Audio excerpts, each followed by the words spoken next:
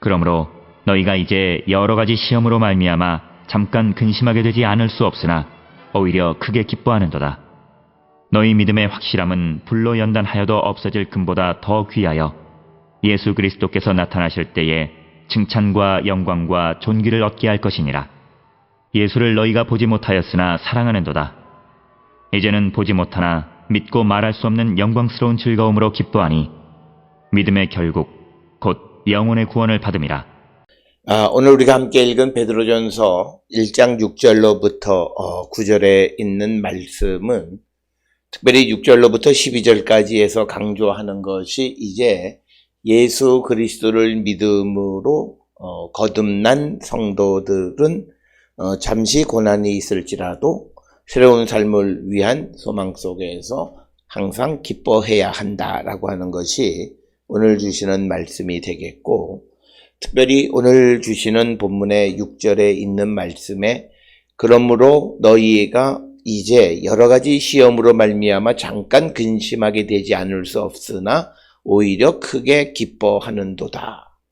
그래서 우리가 믿음의 삶을 살아가는 데 있어서 우리가 어떤 기쁨이 있지만 그러나 가끔 우리가 그리스도인으로 세상을 살아가는 가운데에서 여러 가지 시험과 근심 속에 있게 되어질 것이다. 이거를 우리에게 말하면서 특별히 6절, 7절, 8절, 9절에서 베드로가 생각하는 것은 오히려 시험이라고 하는 것은 그 사람의 믿음을 드러내 보일 수 있는 기회다라고 하는 그런 생각을 가지고 있는 것을 우리가 볼 수 있습니다.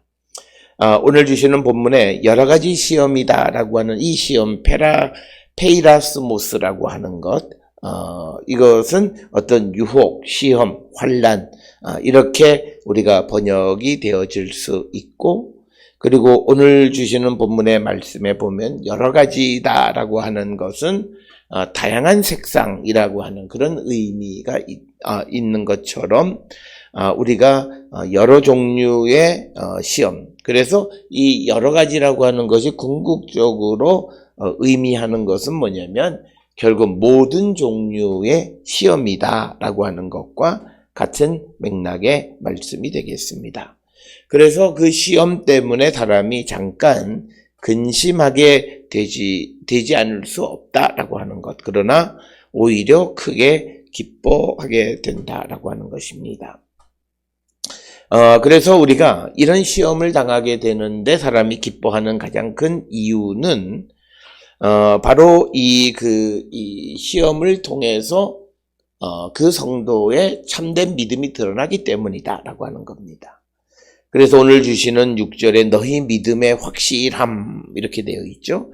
이 믿음의 확실함은 불로 연단하여도 없어질 금보다 더 귀하다. 그러니까 너희들의 믿음의 확실함 또는 믿음의 시련은 금보다도 이 세상의 그 어떤 것보다도 귀하다라고 하는 거예요.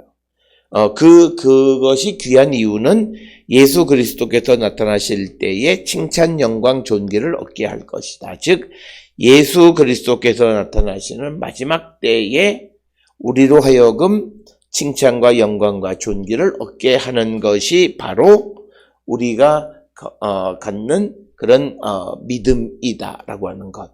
그래서 믿음은 우리에게 이 세상의 그 어떤 것보다도 소중하고 중요한 것이다. 그래서 오늘 주시는 본문에서 불로 연단하여도 없어질 금보다 더 귀하다라고 하는 거죠. 그래서 이 세상에 있는 모든 소중하다라고 하는 것은 전부 다 마지막 때에 없어지고 만다라고 하는 겁니다. 특히 오늘 주시는 본문에서 불이라고 하는 것을 표현하는 것은 예수 그리스도가 이 땅에 오셔서 우리를 마지막 심판하실 때 불의 심판 가운데에서 믿음은 우리를 구원해 주지만 그러나 이 세상의 그 어떤 귀중한 것도 우리를 구원해 줄 수 없다라고 하는 겁니다.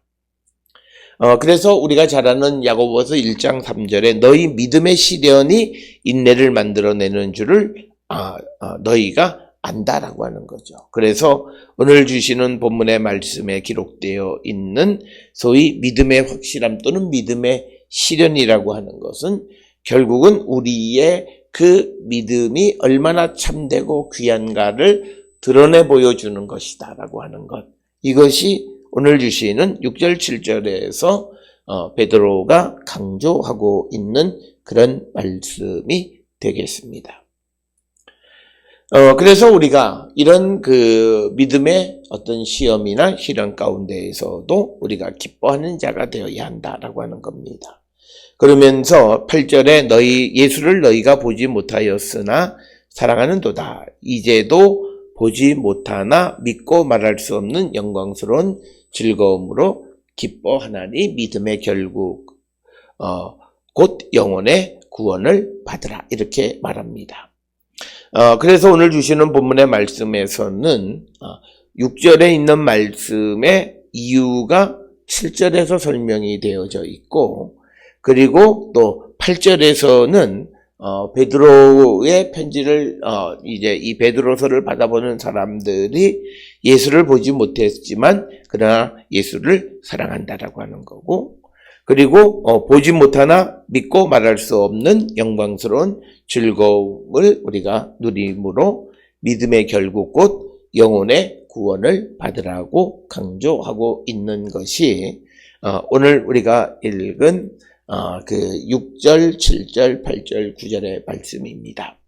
따라서 베드로는 이제 예수 그리스도를 믿기 시작한 그런 성도들이 어떤 시험을 당하게 되어질 때, 특히 앞에서 우리가 보았던 소아시아의 5개 그 성에 있는, 즉 본도, 갈라디아, 갑바도기아, 아시아, 비두니아 등에 있는 그런 예수를 믿는 자들이 그 믿음으로 말미암아 그들에게 어떤 시험이 오지만 그러나 그 시험이 오히려 그 믿음을 드러내 보여지고, 그리고 끝까지 우리를 이기게 해서 주님이 오실 때에 오히려 칭찬과 영광과 존귀를 얻게 할 것이다. 그렇기 때문에 지금 예수를 믿음으로 말미암아 그리스도인이라고 하는 이유 때문에 그들이 겪는 어떤 그런 여러 가지 어려움으로 말미암아서 그들이 근심하는 것이 아니라 오히려